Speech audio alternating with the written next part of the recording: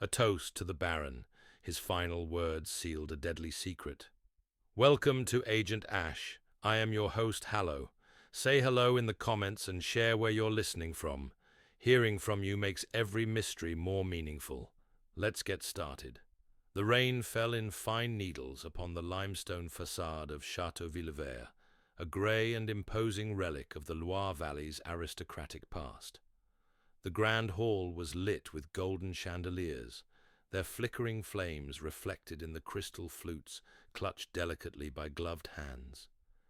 It was the sort of gathering where the past and present collided, an evening of old titles and new money, where ancient tapestries hung beside modern scandals.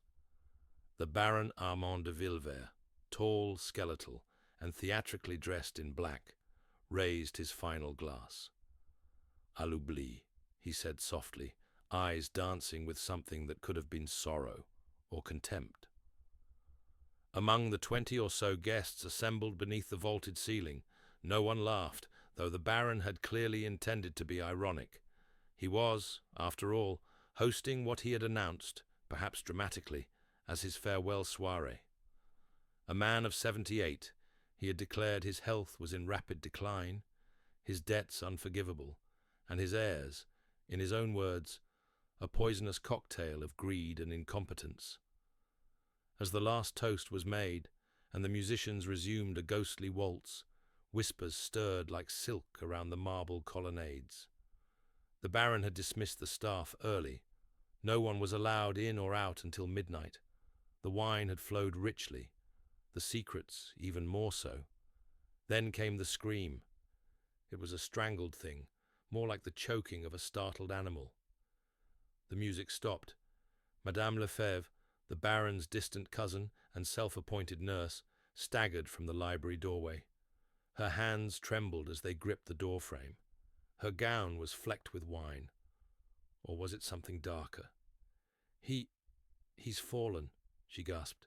"In there!" They rushed in. The Baron was slumped in the high-backed velvet chair by the hearth, the dying embers behind him throwing his pale face into ghoulish relief.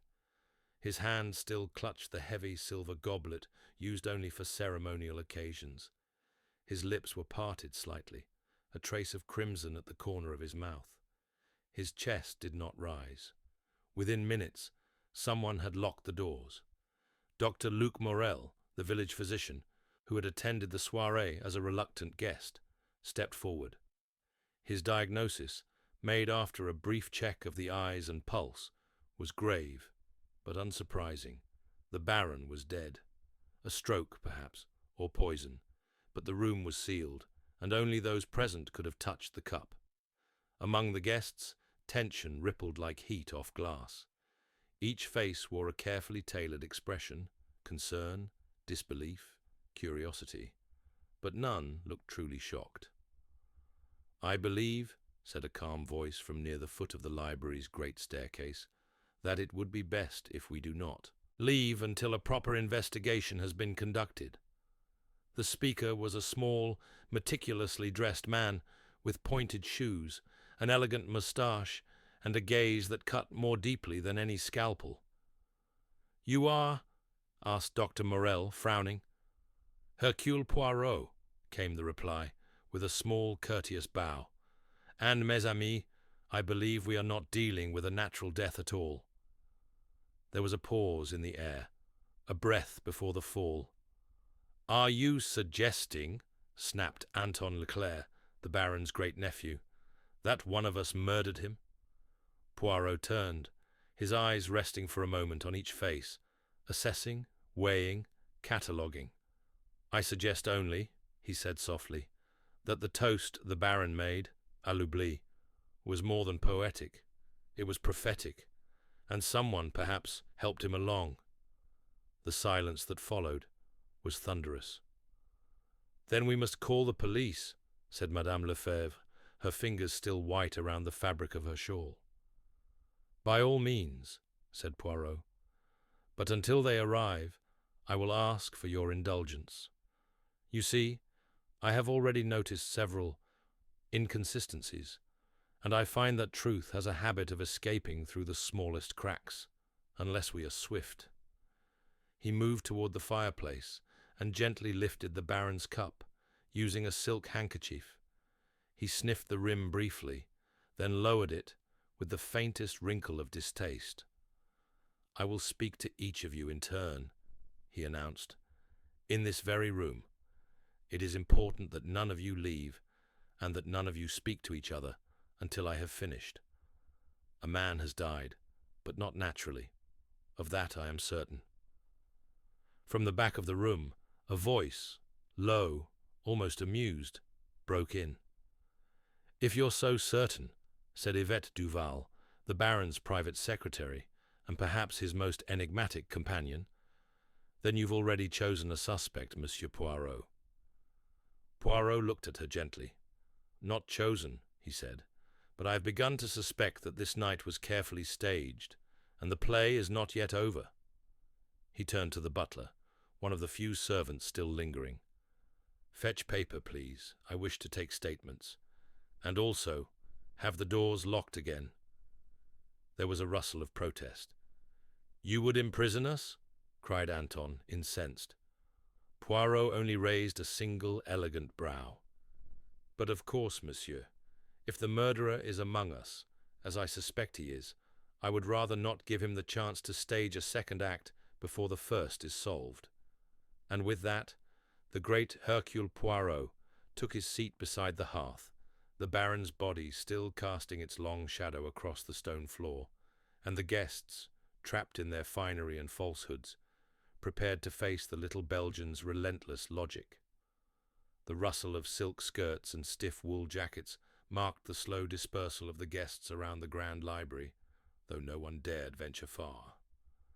They lingered like chess pieces awaiting their fate, some still clutching half-drained glasses, others nervously wringing gloved hands or lighting fresh cigarettes with unnecessary haste. The Baron's body remained seated, untouched save for Dr. Morel's cursory inspection. Poirot stood calmly, framed by the glow of the dwindling fire, watching them all with the steady precision of a man already 10 steps ahead. It was Yvette Duval who broke the hush, stepping forward with that peculiar grace that suggested both subservience and silent defiance. "If you are to question us one by one, Monsieur Poirot," she said, her voice clear but low, "perhaps you should first know who we are." Poirot offered a courteous nod. "Yes, mademoiselle. The cast of characters must be known before the performance may be understood." She turned toward the room, raising her chin. "Then allow me." Poirot folded his arms, saying nothing, allowing the natural order of tension to run its course. It was not uncommon in cases like these for someone to take the stage unbidden. It often told more than it concealed.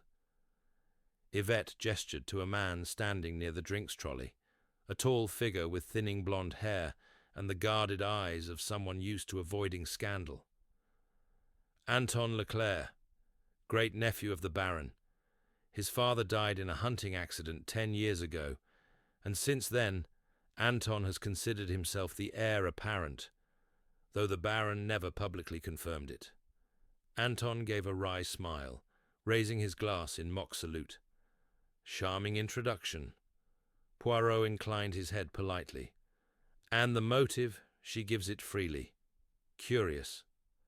Yvette's lips barely twitched.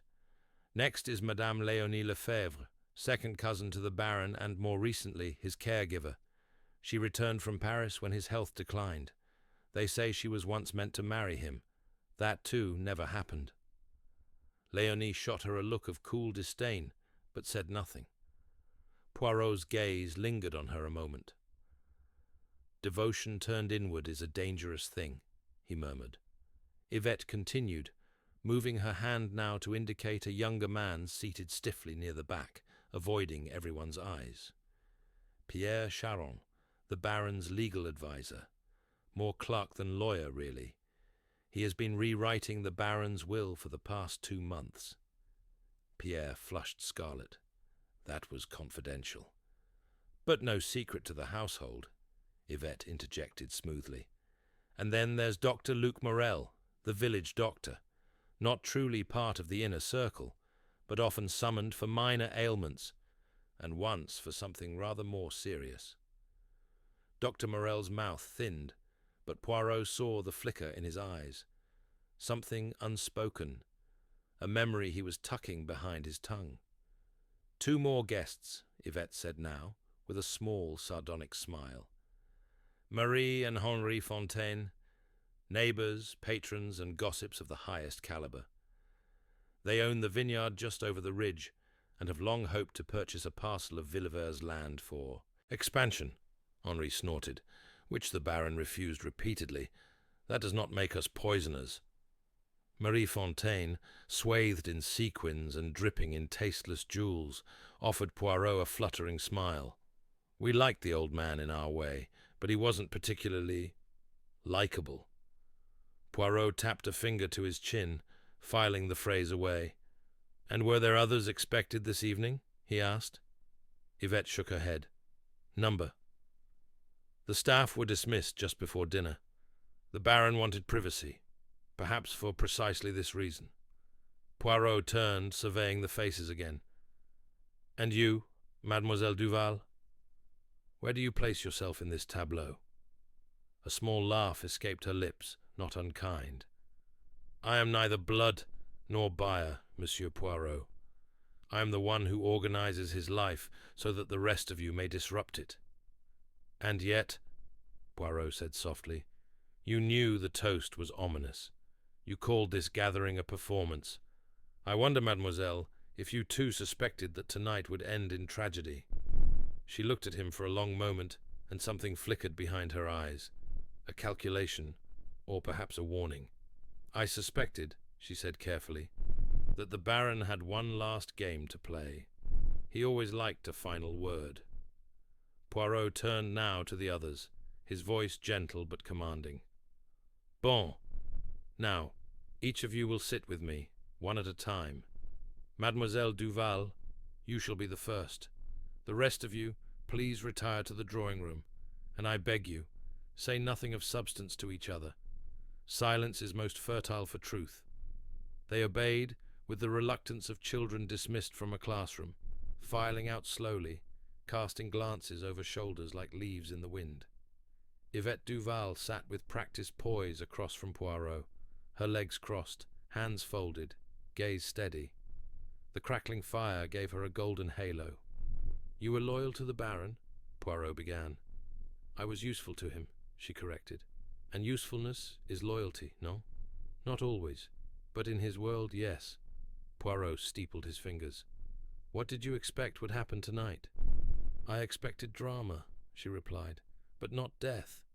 He had a flair for threats, disinheritance, exile, bankruptcy, but he enjoyed watching people squirm too much to leave the stage. Then perhaps someone else decided to end the act for him." She hesitated. "Perhaps, but it would have to be someone close. The wine was served directly by the Baron himself. I saw him pour it." "Even for himself?" She nodded. "Especially for himself. He didn't trust anyone." "Which makes poisoning all the more delicate," Poirot murmured. "Tell me, mademoiselle, who gains the most from his death?" She arched a brow. "That depends entirely on what's in the latest version of the will." "And you believe it has changed recently?" "I know it has. The Baron had Pierre draft something last week that excluded Anton entirely and left the estate, in trust. To me, partially, for management, and to a foundation in Paris." Poirot's eyes twinkled faintly. "Ah, that would explain Anton's sour grapes." Yvette gave a faint smile. "And Anton's temper is not subtle, but motive is only part of the puzzle," Poirot said. "Opportunity, psychology, method, these are the cogs of the truth. Tell me this, mademoiselle. Was the Baron frightened recently? Paranoid, perhaps?" Yvette's gaze dropped for the first time. "Yes. He thought someone was watching him. He heard noises at night. Footsteps outside his door. At first I thought he was imagining things, but then something changed. He stopped sleeping. He carried a pistol with him." Poirot's expression darkened slightly. "And did he ever speak of who he feared?" She hesitated again. But he started locking the library every night. That was his sanctuary. He said if anything ever happened to him, the answer would be found there. Poirot's eyes narrowed slightly. Thank you, mademoiselle. That will be all, for now. She rose smoothly and vanished into the corridor, her perfume lingering like an afterthought. Poirot stood slowly, walking over to the Baron's body once more. He gazed at the man's ashen face, the delicate blood trace at his lip, the ceremonial goblet still nestled in his palm like a weapon turned inward. The little Belgian detective bent to examine the hearth. Beneath the chair, just out of view, something glittered faintly in the light. Poirot reached down and retrieved it. A button. No, not quite. It was a cufflink, silver, etched with a stag's head, still warm from where it had been pressed against the stone. He turned it over in his palm thoughtfully. Ah, he whispered to himself. So the killer was not as careful as he imagined. Even the smallest thing, a bouton de manchette, it betrays him. Mon Dieu, how quickly the mask begins to slip. He straightened and turned to summon the next guest. The game had begun, and already the board had started to rearrange itself. The fire had begun to die down in the grand hearth, its orange glow dimming to a pale ember, casting long shadows that flickered across the stone floor and brushed the lifeless form of the Baron like a final, vanishing caress.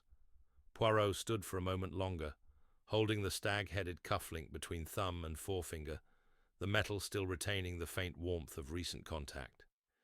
He tucked it into his pocket without a word and signaled for the next guest. The butler, silent, ever composed, ushered in Anton Leclerc. Anton strode in as if he were entering a boardroom rather than a murder scene. His tailored coat hugged his frame with precision. His tie was impossibly tight, and yet the rest of him looked rumpled from within, like a man fighting to hold together a facade that had started to crack hours earlier. He didn't sit immediately. I suppose Yvette painted me as the eager heir, he said, without being prompted. Poirot gestured to the seat. Mademoiselle Duval painted many pictures, but I prefer to hear each brushstroke from the artist himself. Please, monsieur. Anton sat, crossing his legs with force. I didn't kill him. Poirot raised his brows mildly. It is often unwise to begin with a denial, mon ami. It implies a need to leap ahead of the evidence. I have nothing to hide, Anton said quickly. My uncle, well, the Baron, he and I never saw eye to eye, but I didn't wish him dead. You had a disagreement about inheritance. We had a disagreement about everything, Anton said flatly. He was stubborn, traditional to the point of absurdity, refused to let me modernize anything about the estate. I wanted to sell parcels of unused land, improve the vineyard, move to bottling. He accused me of sacrilege. And yet, Poirot murmured, you continued to visit. Why? Anton's mouth twitched. Because I believed, perhaps foolishly, that if I stayed close, I could eventually persuade him. He was lonely, and I am his closest living male relative. You expected to inherit. I assumed I would. Yes. He never said it, but it was always implied. Poirot's eyes sharpened. And yet you were excluded in the latest will. Anton froze. What? I see you were not aware. That's not possible, Anton said slowly. He wouldn't have. Why would he cut me out? Poirot said nothing, letting the silence settle. When Anton finally spoke again, his voice had a tremor at its edge. You think I killed him because of that? I do not think. I observe. I note that you, unlike the others, have a tendency to speak with force.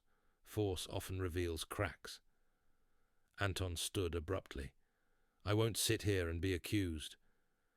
But you will, Poirot said softly, because if you walk out, I will have no choice but to inform the gendarmes that you refuse to cooperate, and you do not strike me as a man who likes external interference in his affairs. Anton remained standing, breathing heavily. Then, slowly, he sat down again. "I didn't poison him," he said. "He poured his own drink. He always did." Poirot nodded slightly. "Oui. And you never touched the goblet?" "Of course not. I don't even like that bitter ceremonial wine he kept for special occasions." Poirot noted the phrase. Bitter ceremonial wine. He leaned forward just slightly. "You wear cufflinks, monsieur?"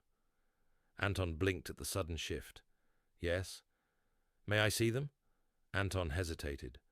Then, with a stiff movement, he extended his arms. On each wrist, plain, square cufflinks, black enamel with silver trim. Not a stag in sight. Poirot gave a faint nod. "Merci.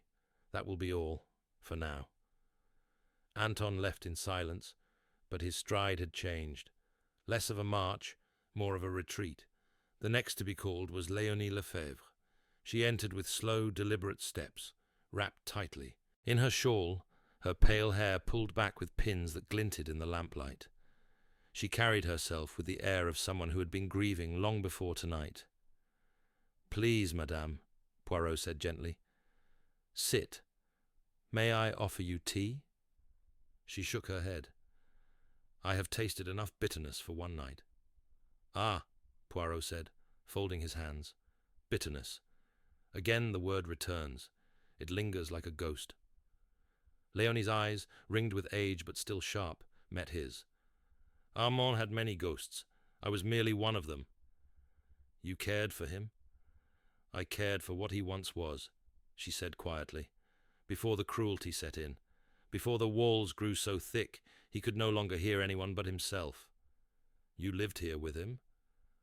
"I returned when he fell ill," she replied. "There was no one else to care for him. The staff were unreliable, and Yvette was overwhelmed. I did what I could." "Did he trust you?" She hesitated. "He didn't trust anyone, not truly, but he tolerated me." Poirot looked thoughtful. "And did you tolerate him?" She didn't flinch. "No." There was no emotion in the word, just the stark clarity of someone who had stopped pretending. Poirot regarded her closely. "Then why stay?" "Because I remembered him before he became this." She gestured toward the fireplace and the unmoving shadow of the Baron. "Because I hoped to be there when he remembered me too." Poirot was silent for a moment.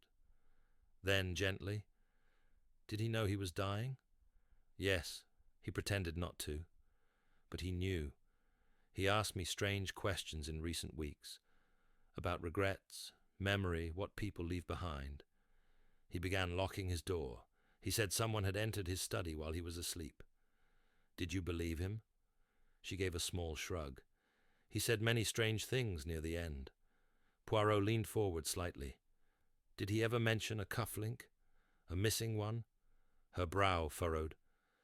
"Number. But he did lose things often. His pills, letters, a ring once. He always believed someone had taken them." Poirot watched her a moment longer. "Tell me, madame, what was in his glass?" She looked startled. "You mean the ceremonial wine? Was it opened tonight?" She thought. "Yes. He had a fresh bottle brought from the cellar. He insisted it be opened in front of him. He poured it himself." Poirot nodded slowly. "Did anyone else drink from it?" "Not that I saw. He raised a toast, but no one else drank. They thought it was theatrics." Poirot smiled faintly. "And so it may have been. Thank you, Madame Lefebvre." She rose and, with a soft whisper of fabric, drifted from the room. Poirot stood once more and moved toward the sideboard where the wine had been placed earlier in the evening. The bottle remained, half empty. He uncorked it carefully and poured a few drops into a fresh glass. He sniffed it, then paused. The bitterness was unmistakable, not just the harshness of fermented tannins. Number something else lay beneath. A trace of almond, a whisper of wrongness. Poirot placed the glass down with care. He returned to the fireplace, where the Baron's goblet remained beside the chair. He looked at it a long time, then turned his head ever so slightly toward the door. "I will need the cellar keys," he said aloud, "and the name of the last person to enter it." From the hallway, the butler's voice floated in, steady as ever. "The Baron himself, monsieur. This morning. He insisted. He dismissed me before I could carry it." Poirot's eyes narrowed, and a peculiar smile formed on his lips. "Then perhaps," he said softly, "the question is not only who poisoned the wine, but when." Outside, thunder rolled far in the distance, low, brooding, like a voice not yet ready to speak. Inside, the air thickened with the first true scent of revelation. The game was deepening, and already the next move waited, hidden in a cellar or a memory, or perhaps in something far more dangerous, a lie wrapped in love. Poirot lingered near the hearth for a moment longer, the glass of bitter wine untouched in his hand.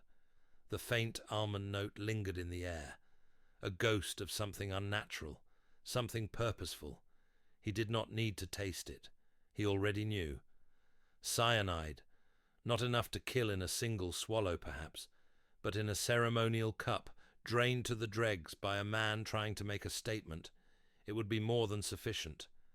The question, now sharpened to a surgical point, was whether the Baron had swallowed death knowingly, or if it had been whispered into his wine by another hand. The cufflink in his pocket pressed against his side as he moved toward the door. The stag's head glinted faintly in the firelight, a symbol of pride, legacy, perhaps even vengeance. Poirot's thoughts turned to the men in the room. Anton's cufflinks had not matched. Henri Fontaine, then?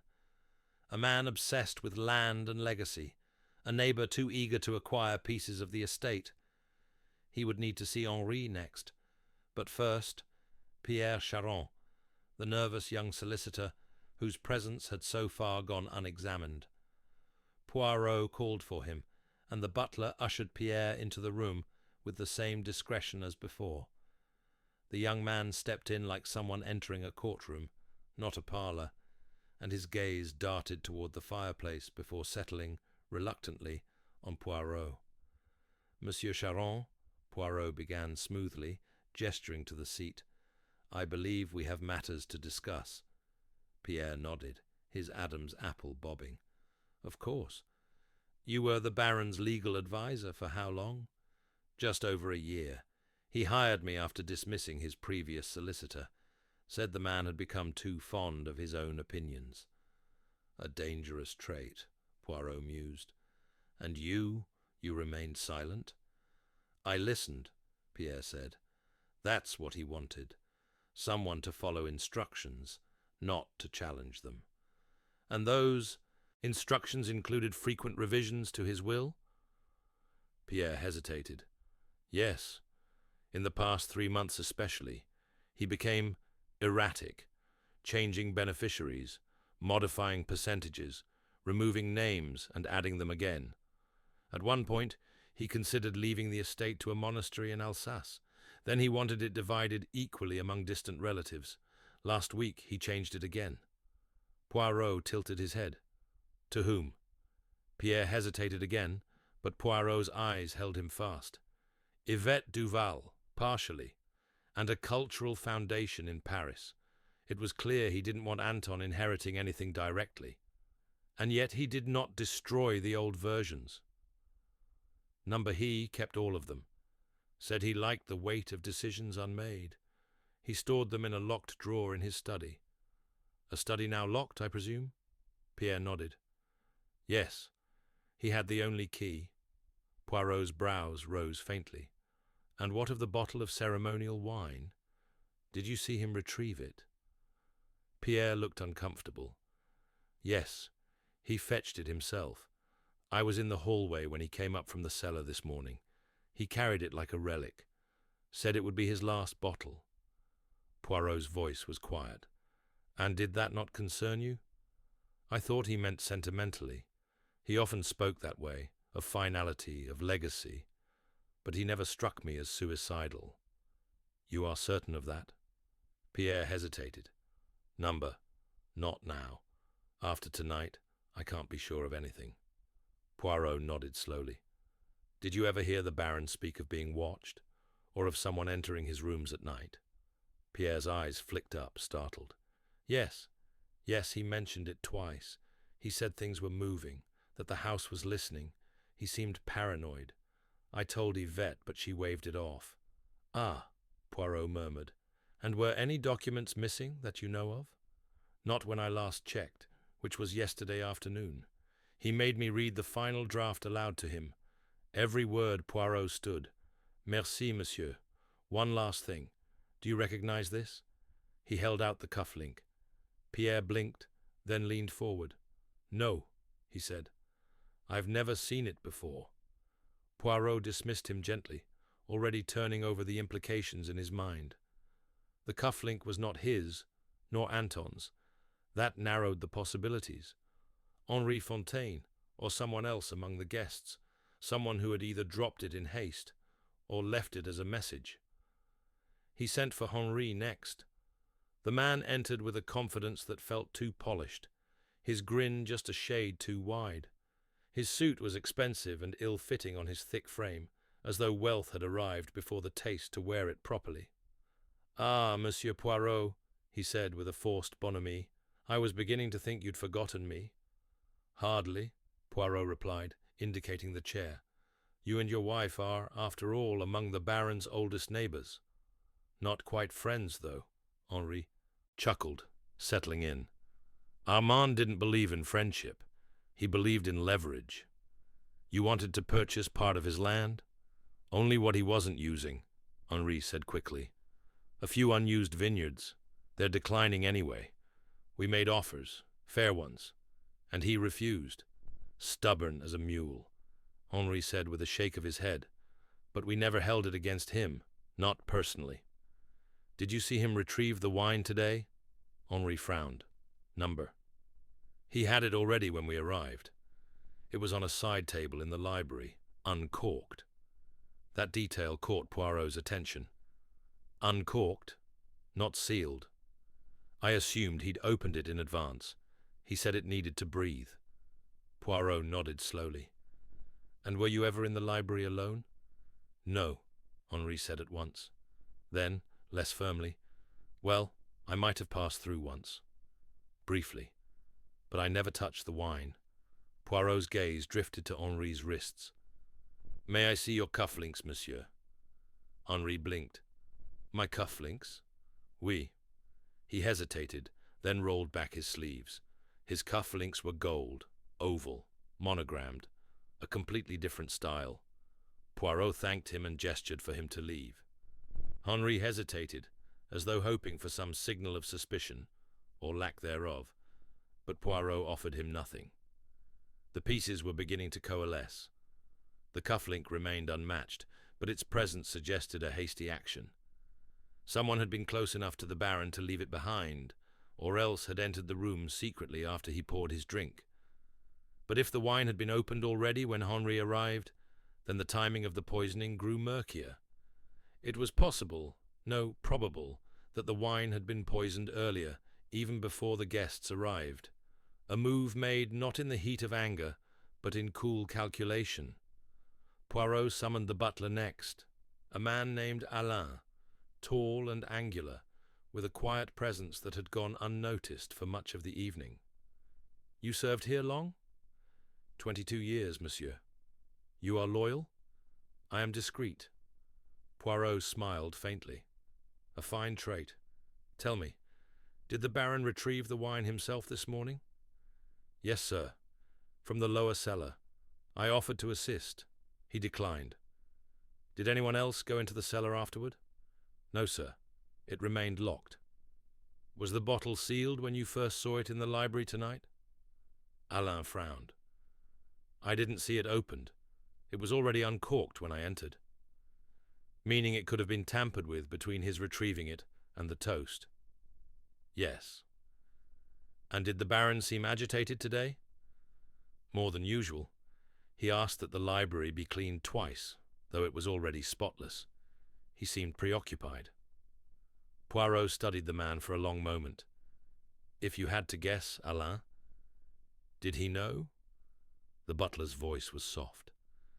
"I believe he suspected something, but whether it was a murder or a betrayal, I cannot say."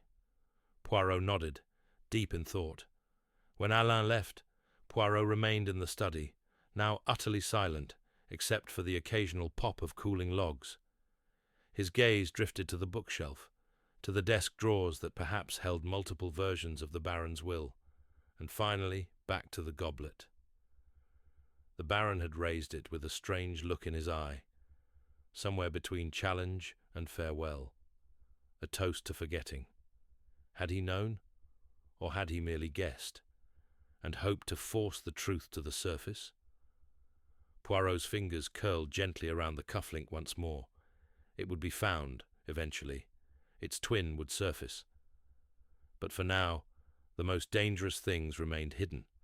Motive, memory, and the precise moment when a private vendetta had slipped into murder. And somewhere, among the silent guests still waiting, someone was rehearsing their lie. The hour grew late, and the chateau had begun to exhale the stillness of exhaustion. Somewhere down the corridor, a clock chimed softly, 3 muted bells swallowed by the heavy stone walls. The guests remained where they had been instructed, hushed in the drawing room, scattered in elegant chairs like exiled monarchs awaiting sentence. The glow of a single lamp illuminated the corner of the library where Poirot now sat once more, his eyes not on the dead, but on the fragments the living left behind. There was one guest he had not yet summoned, Marie Fontaine. She had been notably silent all evening, hovering in the background beside her husband, her sequined shawl catching light, but giving little of it back. Her smile had been carefully fixed, like lacquer over fine porcelain, but Poirot had noted the flicker in her eyes when the Baron raised his cup, and again when Poirot had mentioned the new will. She entered when called, composed, her perfume soft but sharp, gardenias with a trace of something colder.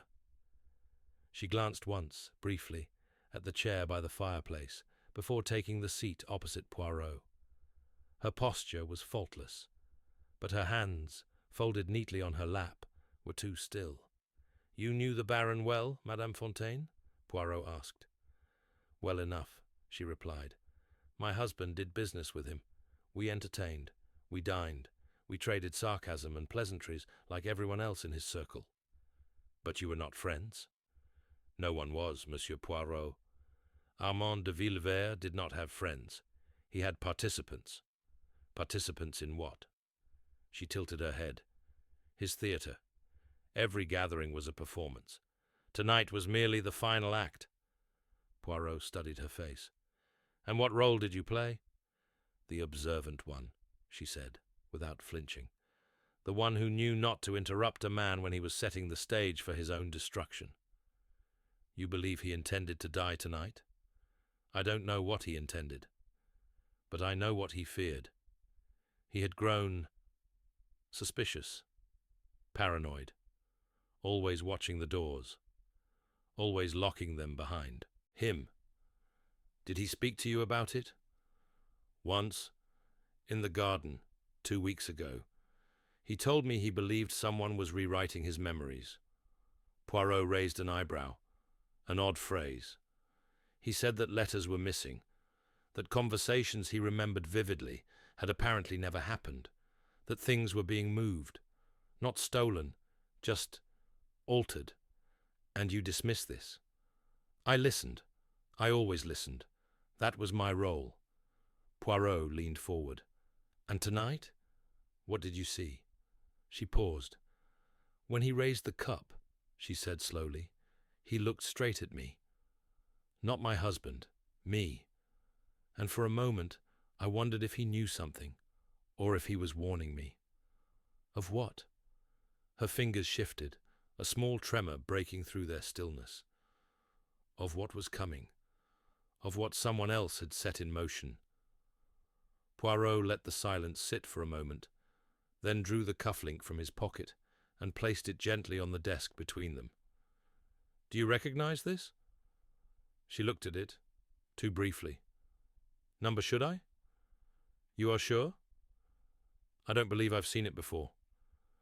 Do you know anyone among the guests who wears a stag's head motif? She hesitated, then shook her head. It isn't a very modern symbol, is it? Rather archaic. Poirot smiled faintly. So is murder, madame. Yet here we are. She didn't respond. Poirot studied her one moment longer, before nodding softly. Thank you. That will be all. She stood without another word, disappearing through the library doors with the silence of someone used to exit cues. Poirot sat back. The image was incomplete, but the outlines were sharpening. The Baron had feared something, or someone. He had changed his will. He had fetched the wine himself and left it uncorked, as if inviting fate to arrive early. The bitterness in the drink had not been masked. It had been embraced. There remained one more person whose role had yet to be fully examined. Yvette Duval. He called for her again.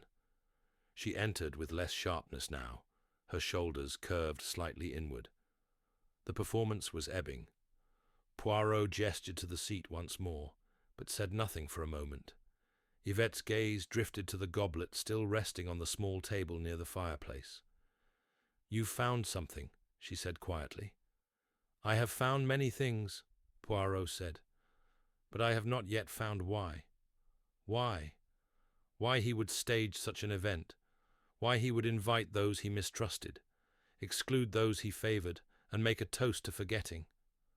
She looked down at her hands. He hated memory. It betrayed him. Did he expect betrayal tonight? Yvette's voice turned brittle. He expected it every day. He accused me once of hiding letters, of plotting with Anton. Then later he apologized and claimed it was all a test. Did he ever mention a second key to the cellar? She blinked. Number only his. Why? Poirot studied her closely. Because if the bottle was poisoned before it was opened, then someone would have needed access before this evening. And if it was after, then someone must have slipped the poison in while the Baron was distracted. Both are delicate tasks. Both suggest premeditation. Yvette sat very still. "You don't believe it was suicide?" "I do not," Poirot said. "A man who stages his own death does not do so with such ambiguity. The Baron wanted witnesses, but he did not want to be questioned. He wanted a legacy, but destroyed every draught of certainty. No, mademoiselle, he feared death, but he feared being forgotten more." She looked away. Poirot let the silence breathe again. Then, "There is one thing I still do not understand. The toast. Why that word? À l'oubli." She turned back to him slowly, and for the first time there was pain in her eyes. "It was something he said to his brother," she whispered. "Years ago, before the accident. It means, let it be erased. Let it be gone." Poirot's brows drew together. His brother? Gaston. The Baron never spoke of him publicly, but they were close once, until the inheritance dispute. Gaston left after a terrible argument. A few months later, he drowned. "I see," Poirot said softly. "And was it ever clear whether it was an accident?" "No," Yvette said. "But Armand believed it wasn't, and he blamed himself." Poirot stood slowly. So that was the root. Not power, not money, but guilt. Someone used the echo of that guilt, twisted it into a weapon.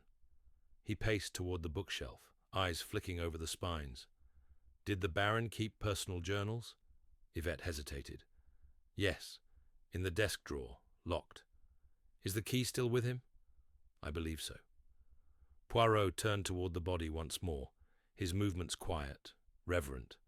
He knelt and gently searched the Baron's inner jacket pocket. There, small and brass. He unlocked the drawer and retrieved a bundle of aged notebooks, tied with a crimson ribbon. As he opened the top volume, the first page held a single line in tight, precise French. "Ils pensent que j'oublie. Mais je me souviens de tout. They think I forget, but I remember everything." Poirot closed the notebook, holding it lightly in his hand. "Then we must remember too," he said quietly, "and in remembering, we will uncover the hand that sought to silence him." There remained one truth buried still, one player yet unmasked, and Poirot, with his little grey cells humming like a well-tuned clock, was already preparing the final act. The journal felt heavier than its size should permit, as if the guilt etched within its pages had settled into the paper itself. Poirot held it a moment longer, then tucked it beneath his arm and returned to the hearth. The fire had dimmed now to a weak amber pulse, and the Baron's form, though still and cold, seemed less a presence than a symbol, of legacy, of vengeance, of memory that refused to stay. Buried. He leafed slowly through the remaining pages of the notebook, his eyes tracing the neat, compact script. The Baron had been a man of reflection, yes, but also of obsession. Every entry circled back to betrayal, to his brother Gaston's death, to the estate he had fought to preserve, and the vultures he believed gathered just beyond the hedgerow. One phrase repeated with eerie frequency, scribbled in different margins, sometimes underlined in haste. "Watch the mirror." Poirot paused. It was not metaphor, not with Armand. He had been deliberate in all things. He rose quietly and walked to the large antique mirror that hung above the fireplace, framed in ornate gilt and darkened slightly with age. For a long time he stood in front of it, not admiring his reflection, but observing what it offered back. The room lay behind him in quiet symmetry, the armchair, the goblet, the sideboard. And there, just beyond the shadow of the bookshelf, a narrow slit in the panelling. At first, it looked like nothing more than a seam in the wood, but from the angle the mirror offered, it was unmistakable.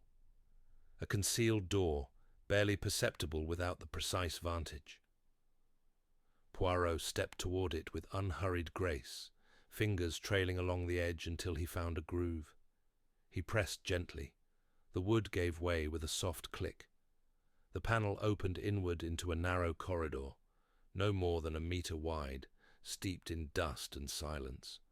A servant's passage, perhaps, or a relic from a more secretive time. He took a small lantern from the library shelf and lit it with a match from the fireplace. The flame flickered against stone and cobweb.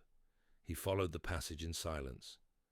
After 10 steps, it forked, one direction leading toward the wine cellar, the other toward the east wing of the chateau.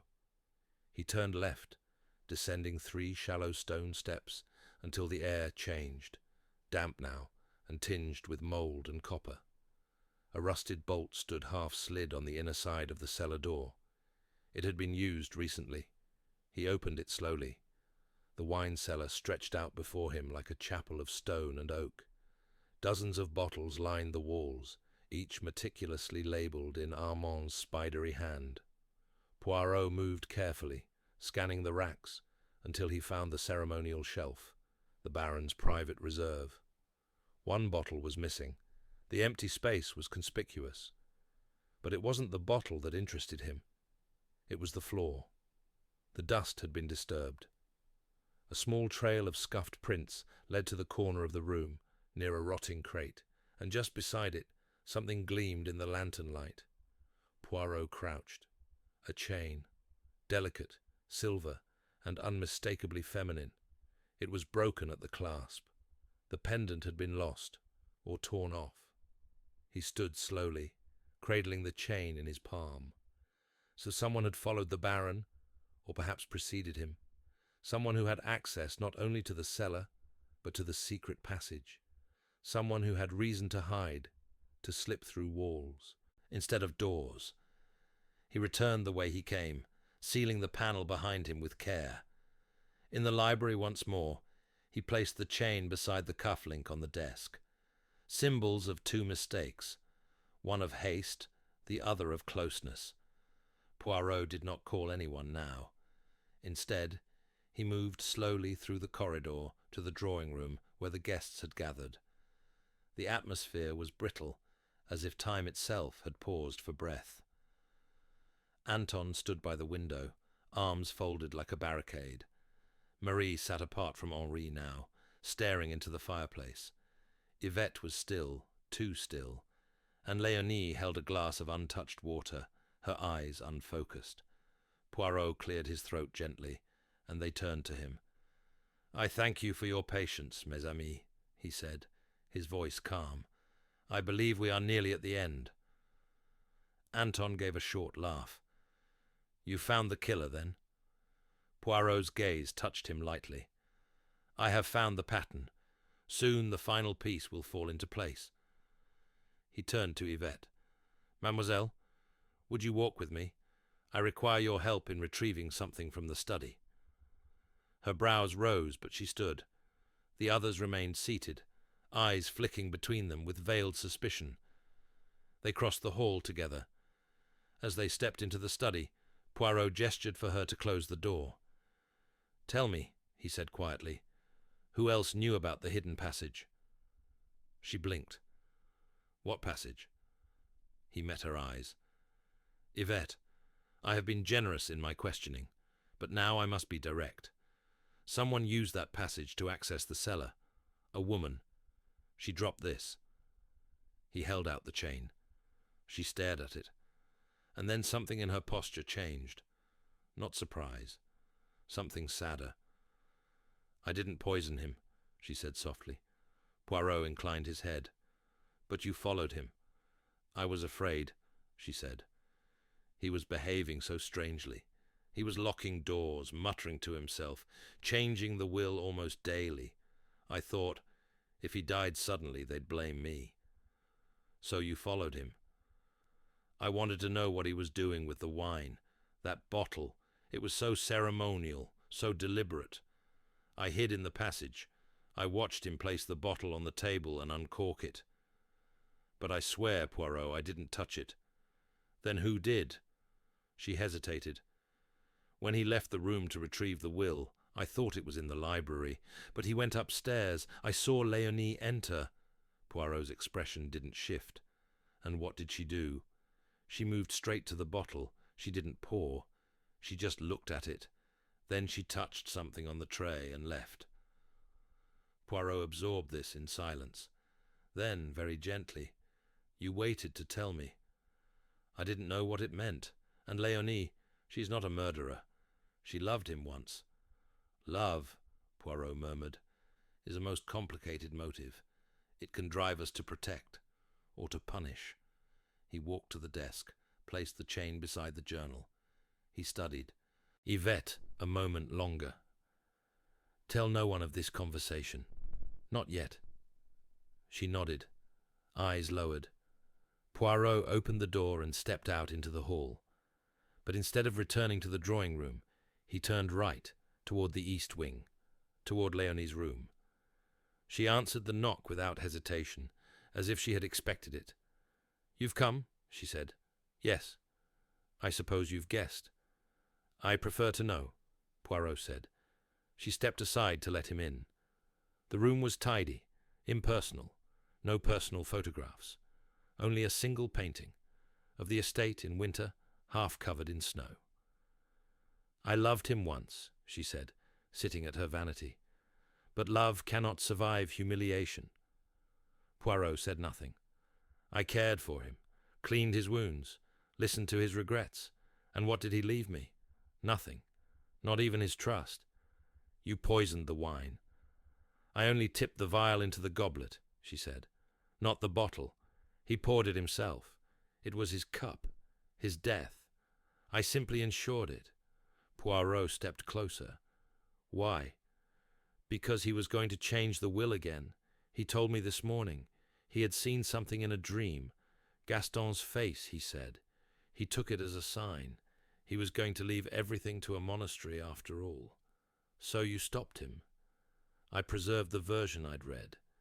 The only version where he acknowledged what I had done for him. It was not revenge. It was preservation." Poirot looked at her for a long time. "And you left the cufflink?" She frowned. "Cufflink? You didn't notice it had fallen?" I don't wear cufflinks, Monsieur Poirot. He studied her eyes. She was telling the truth, which meant he turned. Someone else had entered that room. The cufflink was not Léonie's. It was not Yvette's, and the wine had not been poisoned in the goblet alone. Poirot felt a chill slide down his spine. He had been looking at the wrong act of the play. There had been not one attempt, but two. Poirot stood very still. The revelation hung in the air like a breath not yet exhaled. 2 attempts. 2 hands poised to kill, each unaware of the other. It was the kind of symmetry that bordered on the grotesque. 2 people so convinced of the necessity of the Baron's death that they moved in silence toward the same end. One out of a desperate need for recognition. The other perhaps for something colder, more practical. He turned back to Léonie. She had not moved from the vanity, her eyes meeting his in the mirror. There was no fear now, only resignation. She believed she had confessed the whole truth, but Poirot saw the flaw.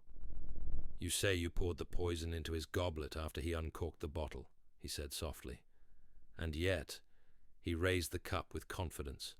No hesitation, no suspicion. That suggests the bitterness, the cyanide, was already part of what he expected, not added at the last moment. Léonie's brows drew together. Number Y waited until he left the room. I saw him go upstairs. I was quick. I used gloves. I thought no one saw me. You were seen, madame, Poirot said gently, but that is not the problem. The problem is that the symptoms he exhibited, the faint bleeding at the mouth, the scent on his breath, point to a larger dose than one might expect from a goblet alone. And yet, the wine in the bottle also contained poison. That, I confirmed. Léonie's lips parted in disbelief. No, I didn't. No, Poirot said, you did not, which means someone else did, someone who prepared a more elaborate death.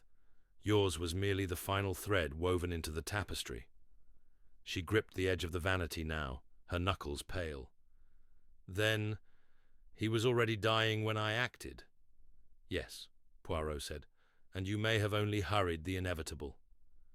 A strange, fragile silence filled the space between them. Léonie looked suddenly smaller, as if the knowledge had unspooled her carefully kept pride. Poirot turned toward the door. I must leave you now, madame, but you will not leave the chateau. We are not yet at the end. She didn't answer. Poirot stepped out into the corridor once more, heart racing beneath his calm exterior. The pieces had shifted. A double attempt meant a tangled motive, a confluence of fear, revenge, and perhaps greed.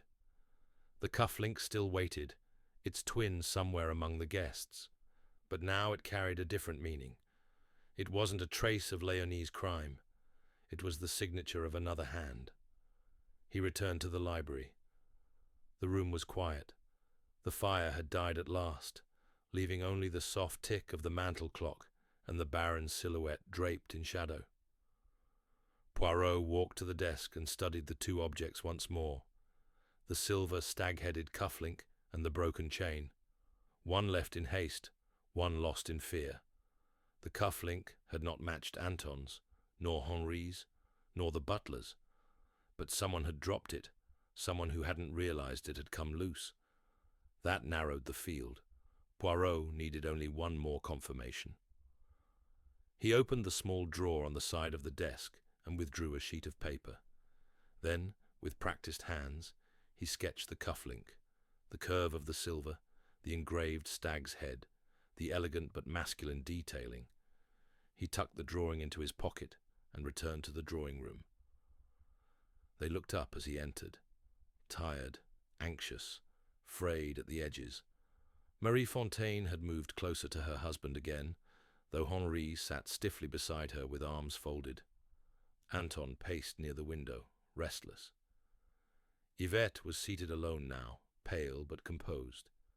Dr. Morel had returned quietly and leaned in the far corner, arms crossed over his chest. Poirot's gaze passed over them slowly. "Mes amis," he said, I must request your cooperation once more.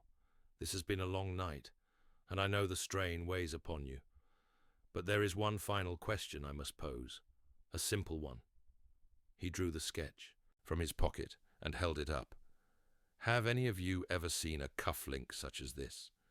There was a rustle, heads turned, brows furrowed. Marie leaned forward slightly, squinting. Henri shrugged. Yvette said nothing. Anton shook his head, but it was Doctor Morel whose eyes flickered, just briefly, and then dropped. Poirot caught it. You recognize it, Doctor? No, he said too quickly. I thought perhaps, but no. You may speak plainly. I assure you, no judgment yet hangs in the air. Dr. Morel hesitated. It resembles a pair I once saw. A gift, I believe, given to Henri Fontaine at a benefit dinner several years ago. But perhaps I am mistaken. Henri turned. That's absurd. I've never owned anything like that. Then may I see your cufflinks again, monsieur? Poirot asked smoothly. Henri bristled, but complied, showing the same monogrammed gold ovals. Poirot gave a gentle nod. Merci. But his eyes were no longer on Henri. They were on Marie. She had gone very still. Her left wrist, poised on the armrest of the settee, was bare, her right covered by the loose sleeve of her shawl. Poirot stepped closer, voice low. Madame Fontaine, would you mind very much removing your shawl? She hesitated. Then, with measured grace, she slipped it from her shoulders. On her right wrist, a single cufflink. Silver, engraved with a stag's head. The room froze. Henri turned to her, mouth open. Marie, what? But Poirot stepped between them, voice quiet and final. There is no need to ask, monsieur. The answer is already here. Marie stood slowly. Her hand went to the cufflink as if to hide it, then stopped. She looked at Poirot, not in defiance, but in a kind of weary acknowledgement. You found it, then? I did. Henri's voice cracked. You poisoned him? She didn't look at him. Her eyes stayed on Poirot. He was going to ruin you, she said. Ruin us. You thought the vineyard deal had fallen through because of his pride. But no, he planned to expose us. The debts, the fake investors. He had everything. Letters, documents. He waited until he could do the most damage. Publicly. So you killed him? Henri's voice trembled with disbelief. I protected us, she said simply. I slipped the powder into the bottle after he fetched it from the cellar. I knew he wouldn't drink it until the toast. I thought it would look like a stroke. An old man's sudden end. Poirot's voice was low. And the cufflink? A mistake, she whispered. I didn't notice it fall until it was too late. I didn't dare go back. Yvette's voice cut through the silence. Then Léonie didn't kill him. No, Poirot said. She attempted to, but unknowingly she acted second. The Baron was already doomed. Marie folded her arms now, trembling faintly. He destroyed so many people for sport. He deserved it. Perhaps, Poirot said. But justice must not come from a single hand. That is vengeance, not order. The door creaked open. The gendarmes had arrived. Poirot turned to them and spoke in French, calm and steady. Then, gently, he nodded toward Marie. She didn't resist. As they took her away, Henri collapsed into the settee, staring at the space she had just occupied. The room was still again. Poirot walked once more to the library, where the Baron's body remained. The fire was ash now, the goblet cold. The journal sat open on the desk. Il pense que j'oublie, mais je me souviens de tout. He closed it gently. The game had ended, and in the echoes of betrayal and bitterness, one truth had risen above all others. It was not memory that failed the Baron in the end. It was those he remembered too kindly. The chateau had returned to silence, the kind that follows a thunderclap, not peace, but the tremor that remains in the walls. Outside, the Loire whispered against its banks, and the night had deepened into a grey mist. Inside, the fire in the library had died entirely, and the Baron de Villevert lay where he had fallen, his final performance complete. Poirot stood alone in the great hallway, his gloved hands resting lightly on the banister. He had sent the others to rest, though he doubted any would sleep. Henri Fontaine had remained in stunned silence long after his wife had been led away, and when he finally spoke, it was only to ask where she had gotten the poison. Poirot had not answered. Sometimes it was better not to illuminate every corridor of pain. There were still matters to attend to, lingering threads he could not leave undone. Not when the game had been so layered, the motives so tangled. 2 attempts at murder, born from different seeds, Marie's from fear and calculation, Léonie's from wounded devotion. And yet, something remained, a detail that did not fit. It tugged at him, just beneath the surface. He returned once more to the library and stood over the desk. The Baron's journal lay closed now, the crimson ribbon tucked back in place. Poirot opened it again, slowly, and paged through the entries. One line caught his eye, different in tone from the others. A single sentence, dated just 3 days before his death. The cellar key is no longer where I left it. Poirot stared at the words. If Marie had poisoned the bottle while the Baron was absent, how had she known to retrieve the key from its hiding place, wherever that had been? She had said nothing about the key. No one had. And yet she had accessed the wine. He turned to the fireplace and studied the mantel. The mirror above it no longer revealed the secret door, its angle lost to the shift in lighting. But it had revealed the passage, and that had led to the cellar. A key would not have been needed, which meant she hadn't needed it, but someone else had, someone who had gone looking for it, and failed to find it. Poirot left the library quietly and made his way down the corridor, toward the east wing. The chateau creaked with the weight of old secrets, the wooden floorboards sighing beneath his feet. He reached Léonie's room and knocked gently. She opened the door without a word. Her eyes were heavy now, not with guilt, but with grief. "I will not ask what happens next," she said. "That depends," Poirot said gently. "Not all crimes are judged the same." She stepped aside, and he entered. The room was dim, lit only by a single bedside lamp. On the dresser sat an old photograph in a tarnished silver frame. 2 young boys, one of them unmistakably the Baron in his youth, the other thinner, smiling wider.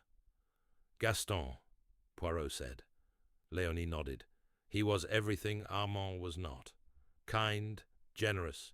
He wanted to give up his share of the estate, said it wasn't worth the bitterness.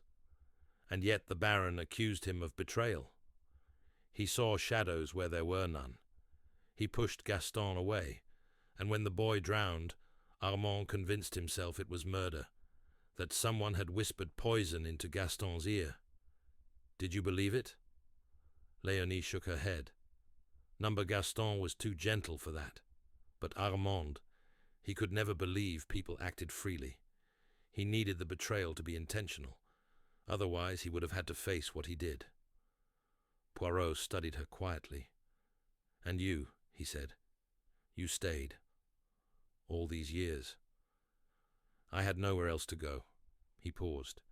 "Did you know about the second key to the cellar?" Her eyes flicked toward him. "Yes," she said, "but only because he told me it had been moved." "Did you ever see it?" "Number. He wouldn't say where he hid it, only that he no longer trusted the butler with it." Poirot nodded. "Then it is as I suspected." He turned to go, then stopped at the door. "There was something noble in your mistake, madame. Misguided, but born of something human. You acted too late, but not out of cruelty." She didn't speak, only looked past him into the corridor, as if waiting for something she knew would not come. Back in the main hallway, Poirot encountered Alain, the butler, standing near the staircase. His posture was rigid, as though he had not moved since being dismissed earlier. Poirot approached. You served the Baron loyally? Alain inclined his head. Yes, monsieur. And you did not notice the missing key? I noticed, but I assumed he had grown paranoid. You did not ask? I did once. He said, Alain, when you have lived long enough, you learn to hold your own chains. I did not press the matter. Poirot studied him. And what of the wine? Did you ever see anyone tamper with the bottle before the toast? Alain's expression did not change. No, monsieur. I was in the hallway preparing the drawing room. You are sure? Yes. Poirot nodded. It was time. He gathered them once more, those who remained. Henri Fontaine, still pale and silent. Anton, still pacing in short, sharp lines. Yvette, seated now with her face hidden behind her hands. Dr. Morel had stepped into the corridor again, uncertain whether he belonged. Poirot stood in the centre of the room, his voice quiet but clear. Mes amis, you have seen many revelations tonight, and I thank you for your patience. But there is one final piece, one final deception that must be revealed. He turned to Anton. You, Monsieur Leclerc, believed yourself the rightful heir, and the Baron knew that, which is why he made certain you would never inherit. Anton flinched. I know. He hated me. No, Poirot said. He feared you, because you reminded him of himself. Then he looked to Henri. You, Monsieur Fontaine, were unaware of your wife's actions, and yet you created the conditions for them. She killed not for hatred, but to prevent your fall. Henri looked away. To Yvette, Poirot said nothing. He only nodded. She met his eyes with quiet understanding. Then he turned to Dr. Morel. There is something odd, is there not, about a man who arrives late, avoids the investigation, and yet knows details about cufflinks and about poisoning symptoms before they are spoken. Morel tensed. I'm a doctor, monsieur. I recognized cyanide from the scent. Ah, Poirot said, but no one mentioned cyanide, only a bitter smell. Yet you named it. How? Morel opened his mouth, then closed it again. I believe you suspected the Baron would be murdered. Perhaps you even hoped for it. That's absurd. Poirot stepped forward. You were his physician, were you not? You attended to him in recent months. You prescribed him sleeping pills. Yes? Yes. And you knew he suffered from memory lapses, from paranoia. You saw his decline, and you saw his notes. His journals, Morel said nothing. You knew about the cellar key. You searched for it and failed, because he had moved it. And when you failed to find it, you waited. You saw others preparing their crimes, and you said nothing. Morel's jaw tightened. That's not a crime. No, Poirot agreed, but it is complicity and cowardice. Poirot turned now to the others. The Baron was a man who cultivated fear and loyalty in equal measure, but in the end he destroyed too many. Marie poisoned his wine. Léonie poisoned his cup. And yet it was not their hatred that killed him. It was his legacy, his choices, his cruelty. Poirot looked down, his voice quieter now. In his last act, the Baron believed he was the master of the board, that he could stage his own death as a final punishment to those who had failed him. But he misjudged one thing, that those who are treated as pawns eventually learn how to move on their own. No one spoke. Poirot stepped back from the centre of the room. It is over. Let the law deal with those who must answer for their part, and let the rest of you decide what to do with the ruins. He turned away, walking slowly toward the great doors of the chateau. Outside, the mist had thickened, curling along the stone steps like something alive. Poirot descended them with care, his shoes clicking softly against the damp stone. Behind him, the chateau stood quiet once more. He paused, looking back. Then, with a final nod to the ghosts behind the glass, he stepped into the mist and was gone. The mist clung to Poirot's shoulders like a damp shawl, curling through the hedges of Chateau Villevert as he walked the garden path just beyond the terrace. He did not rush. His footsteps were deliberate, the pace of a man who had solved the riddle but had not yet laid it fully to rest. The crime was concluded, yes. Marie Fontaine had confessed. Léonie had yielded. But the crime's shadow, the root from which each betrayal had grown, still lingered. He passed the fountain at the center of the garden, its basin dry, the water long since abandoned to moss. It was there he paused. The statue in the center, a marble stag, regal and cracking, stared back at him with the same silent arrogance that the Baron had once worn in life. It was no accident the Baron's cufflinks had been marked with the stag's head: pride, legacy, dominion. And just like the statue, his strength had turned brittle. Poirot turned and slowly retraced his steps, re-entering the chateau through the side corridor near the kitchen. The gendarmes were now stationed in quiet pairs along the halls, their presence ghost-like, a formality mostly. The real storm had passed, or so it seemed. As he entered the drawing room once more, he found Anton seated alone by the empty hearth, his face in his hands. The man looked older now, not simply weary, but undone. Stripped of the arrogance he had arrived with, he appeared not a scorned heir, but a son, orphaned by something more than blood. Poirot approached silently and sat in the armchair opposite him. The silence between them was long, but not uncomfortable. Finally, Anton spoke. "I thought I knew him," he said quietly. "I thought I hated him. But now I don't even know if that hatred had a shape.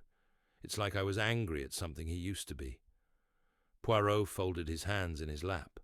"Your uncle was not a kind man, Monsieur Leclerc, nor was he an honest one. But he was, how shall we say, honestly cruel. He told you who he was with every gesture, and in return you tried to be his opposite." Anton gave a bitter smile. "I failed at that too, didn't I?" "No, you failed only in thinking you had nothing to lose." Anton looked up. Poirot continued softly. "You believed yourself disinherited, and so you were angry, yes. But beneath that, you were also free. You no longer had to perform for him. You were already discarded, so there was nothing left to prove. But had you known he might restore your inheritance in the end, would your hatred have remained as certain?" Anton frowned. "Restore it." Poirot reached into his coat pocket and withdrew a folded sheet, one of the documents retrieved from the Baron's desk drawer. He handed it to Anton, who read it silently. The will, a version not yet signed, dated the morning of the Baron's final day. To Anton Leclerc, he had written, "I leave the vineyard at Saint-Loup in the northern fields, as a challenge. Make of them something that endures." Anton's eyes glistened, but he never signed it. "No," Poirot said. "He intended to. I believe he meant to announce it that night, after the toast, but he never had the chance." Anton sank back in his chair. "So he was testing me, even at the end." "Perhaps, but I believe it was more than that. I believe he saw in you what he no longer saw in himself, potential, perhaps even hope. That he never told you was not cruelty. It was fear. To say it aloud would have made it real." Anton folded the will carefully and placed it on the side table. "It doesn't matter now." "Ah, but it does," Poirot said. "Not for money, for clarity. The story of the Baron's death is not only a tale of poison and deception. It is the story of what happens when the past is allowed to fester, when pride silences forgiveness. You, monsieur, have the opportunity to break that cycle." Anton looked up, but said nothing. Poirot rose. "Your uncle built this estate like a fortress. He intended it to last. But a fortress is only useful if it also shelters. If you inherit, Monsieur Leclerc, build something better, He left the room in silence and stepped into the corridor once again. The sun had begun to rise, faint and gold, breaking the night into ribbons across the stone floor. The light did not erase the darkness that had passed through the house, but it softened its edges. Yvette was waiting in the main hall, her coat already on, a small bag in hand. She looked at Poirot with a mixture of resolve and sadness. "I thought I'd leave before the morning grew too bright," she said. "I don't think I could stand to see the estate in daylight." "You are not under arrest, mademoiselle. You may go where you please." "I know. Still—" "Thank you." Poirot inclined his head. "You knew him best, I think, not because he trusted you, but because you saw what he could not hide." "I think he wanted to be better," she said. "But he didn't know how, so he punished the people who expected it of him." Poirot nodded. "And yet he left you something in the will." She blinked. "He did?" Poirot withdrew another page, this one signed and dated 3 days earlier. A formal acknowledgement of a trust fund in Yvette's name, modest but sincere, designated for education or travel. A curious, almost tender gesture from a man otherwise bent on control. She read it once, slowly, then folded it and held it to her chest. "I won't waste it," she said. "I know you will not." She stepped forward, hesitated, then kissed Poirot softly on the cheek. "For Gaston," she said, "and for the Baron." Poirot watched as she left, her figure swallowed by the fading mist outside. The house was emptying now, as it should. The storm had passed, and its wreckage would need time to settle. As he made his way back to the library one final time, Poirot allowed himself a moment of quiet reflection. The bookshelves were still, the Baron's journal closed and returned to its drawer. The goblet had been taken by the gendarmes, its bitter contents gone. And yet, Poirot felt something remain. He walked to the fireplace, now cold, and stood before the mirror once more. In it, he saw not just himself, but every player in the grim theatre that had unfolded. The proud nobleman, the disillusioned heir, the grieving companion, the calculating wife, the frightened secretary, each reflected in the angles of the room, bound together by memory, guilt, and the dangerous hope for redemption. Poirot adjusted his cuffs, smoothed the line of his jacket, and whispered to the mirror, "The dead are not so easily silenced, mon ami, but we listen, we gather their whispers, and we speak the truth they cannot." He turned. The great doors of the chateau stood open now, the dawn spilling through them like a benediction. Poirot stepped forward, his polished shoes echoing lightly on the stone floor. With the mist behind him and the rising sun ahead, he left the house of secrets in silence, just as he had come. And in the garden, beneath the weathered stag, a single leaf fell. No one saw it land. The road that wound away from Chateau Villevert had once been a Roman trade path, laid in stone and shaped by centuries of cartwheels and hoofbeats. It was narrow, flanked by poplars that whispered among themselves in the early morning breeze. Poirot walked its edge slowly now, his valise swinging gently at his side, the sharp chirp of birds beginning to return to the trees overhead. The world was waking. Behind him, the house sat heavy and still. It would never breathe quite the same way again.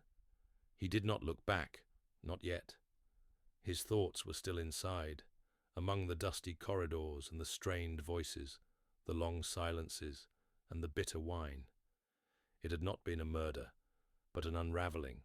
The death of the Baron had pulled loose too many threads for a single culprit to claim responsibility.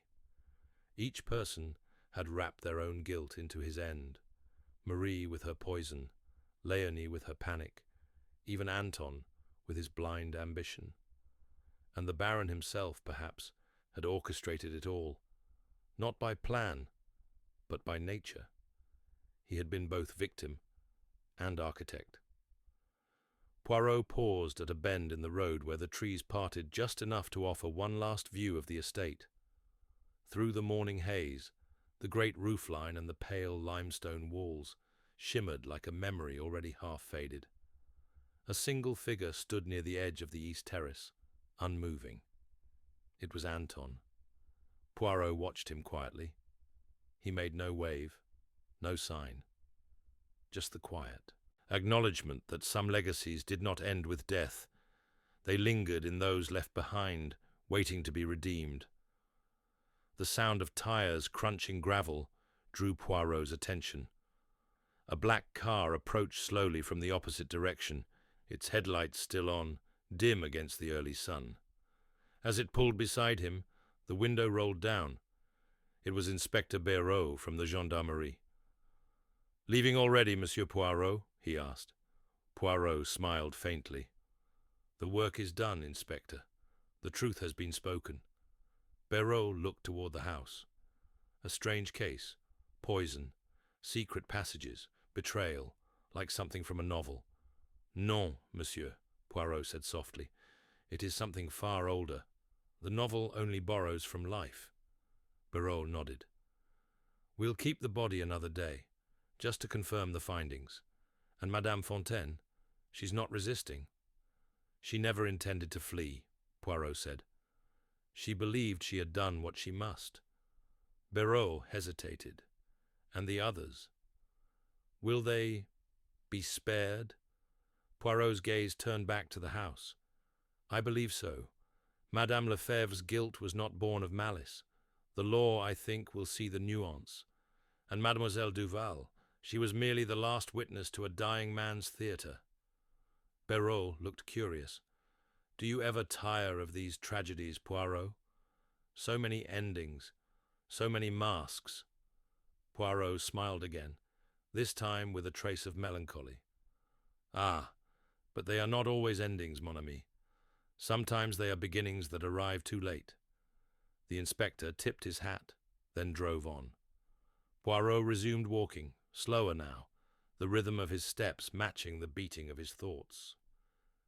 He had seen too many deaths over the years to be surprised by motive. But this case had unsettled something in him, not because of its darkness, but because of its intimacy. The Baron had not been murdered by enemies. He had been crushed by the weight of his own reflection in the lives of others. And yet, even within the ugliness, there had been moments of something fragile. The trembling of Léonie's hands when she believed herself a killer. The flicker of heartbreak in Anton's eyes when he read the unsigned will. Yvette's silent kiss on his cheek, so full of a farewell she had never dared give the Baron. They were not villains. They were people at the edge of themselves. Poirot reached the small rail station at the base of the hill, a modest stone building with a single platform and a bench worn smooth by time. The early train had not yet arrived. He sat beneath the awning and removed his gloves, folding them precisely on his lap. He closed his eyes. But in the darkness behind his lids, the chateau returned. He saw again the moment the Baron had raised his goblet, à l'oubli, and the briefest twist of his mouth, the look in his eye that hovered between irony and surrender. Had he known? Had he sensed the death gathering in his drink? Or had he only suspected, only hoped, that he might go out as dramatically as he had lived? Poirot did not believe in ghosts, but he did believe in memory. And in that moment, he knew the Baron had died, watching everyone who had failed to leave him behind, watching them all remember too late that they had choices. A step sounded near the platform. Poirot opened his eyes. Anton stood there, a coat over one arm, a leather satchel in the other. His face was pale, his expression unreadable. "You are leaving?" Poirot asked. Anton nodded. "For a while. Paris first. Then, I don't know, maybe the vineyard at Saint-Lô, if I'm allowed." "You are?" Anton hesitated. "You knew he was going to change the will?" "I suspected," Poirot said gently, "but it was not my secret to reveal. He was trying to forgive me, or test me. Perhaps both. Anton sat beside him on the bench. I don't know how to live without hating him, he said. Then do not try to forget the hatred, Poirot said. Use it. Build something different with it. Anton gave a soft laugh. You make it sound so simple. It is not simple, but it is possible. They sat in silence as the wind stirred the trees. The rails hummed faintly in the distance, a signal of the train's approach. I read the rest of his journal, Anton said suddenly. There was a line he repeated at the end. Poirot turned to him, waiting. Anton quoted softly, Let them believe what they need. The truth is a mirror, but no one looks into it without flinching. Poirot closed his eyes a moment. He was not wrong.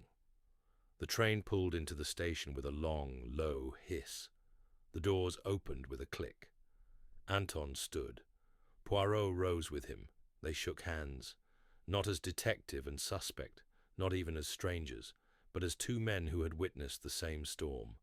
As Anton stepped aboard, he paused in the doorway. You were right, Poirot. About what, mon cher? It wasn't just a death, Anton said. It was a reckoning. Poirot inclined his head. And sometimes that is the best justice we are allowed. The doors closed. The train moved on. Poirot remained at the platform, watching the cars vanish into the morning light. When they were gone, he turned slowly and retrieved his gloves. He slipped them on carefully, one finger at a time. Then he stepped from the platform, back onto the old stone road. No one saw him disappear around the bend, but in the distance, beyond the hills and the morning sun, the echoes of Chateau Villevert were already fading into memory. The letter arrived 6 weeks later. It was delivered to Hercule Poirot's flat in London, a simple cream envelope with a Loire postmark, and his name written in a firm, elegant hand. He opened it at his desk after breakfast, the morning sunlight filtering through the lace curtains, casting gentle shadows over the fine stationery. Inside were 2 pages. The first was from Anton Leclerc. Monsieur Poirot, the vines at Saint-Loup are stubborn, but not without promise. I have begun rebuilding the terraces near the southern slope. The soil is better there, and the rot that had crept into the old rows has been cut away. It felt strangely appropriate. I've also reopened the ledger books. There are debts, yes, but also an old grant my uncle never claimed. I plan to apply it to the workers' housing, something more livable, less grand, maybe something human. Enclosed, you'll find a clipping from the regional paper. I thought you might appreciate it. The legacy you uncovered, it's already beginning to rewrite itself. With gratitude, A.L. Poirot turned to the second sheet. It was a news clipping from the Loire Valley Gazette, a short article titled Baron's Vineyard Resurrected Under New Steward. It featured a photograph of Anton standing beside the cracked marble stag, one hand on its base, the other holding a spade. He did not smile, but there was something resolute in his stance. Poirot set the letter down and folded his hands, considering it for a long moment. The Baron's death had, in the eyes of the public, remained a matter of private tragedy. The police report named poisoning, yes, but declined to prosecute. Marie Fontaine had cooperated fully and was spared a trial on condition of psychiatric care and supervised release. Léonie had been quietly removed from the estate, her name kept out of papers entirely. She had written Poirot once, a single sentence. He forgave me, and I did not know how to accept it. There had been no return address. Yvette had gone to Paris. She'd used the trust to enroll in a literature program at the Sorbonne. She sent a postcard 2 weeks earlier, an image of the Seine at night with only 3 words on the back, still remembering forward. As for the chateau itself, it had not been sold. Anton had opened the eastern wing to the local community for agricultural apprenticeships and had closed off the west entirely, perhaps leaving it to the ghosts. The vineyards, though, had begun to grow again, slowly, earnestly. Poirot stood and walked to the window. Outside, London moved with its usual rhythm, taxis, footsteps, the occasional bark of a dog. But in his mind, he was once again in the cold library at Vilvert, standing over a silver goblet and a man who had toasted his own oblivion. So many hands had guided that cup to his lips. But the true poison, Poirot thought, had been administered long before that night, dripped into his life in the form of mistrust, pride, and the fear of being forgotten. He reached for a framed photograph on the sideboard, not of the Baron, not of the suspects. It was a still from a newspaper taken years ago, a young Poirot in Belgium, outside a courthouse, after one of his earliest victories. His moustache was thinner then, his coat less fine, but his eyes had the same weight, the knowledge that justice, though necessary, was rarely simple. He returned the frame to its place. Then, with his usual precision, he retrieved a clean note card, wrote a short note of thanks to Anton, sealed it, and placed it in the outgoing tray. The rest he would leave unwritten. The Baron's death had been a tragedy, but like all tragedies worthy of the name, it had left behind the chance for renewal. Outside, a light rain began to fall. Poirot, never one to leave details to fate, reached for his umbrella before heading to the door. He paused only once, adjusting his tie in the mirror. To forget, he murmured in French, echoing the Baron's last toast, is not always to heal. Then, with one final glance at the grey skies of London, he stepped into the day, his mind already turning toward the next riddle, the next soul unravelling behind a smile. And behind him, the door clicked shut with the sound of something finished.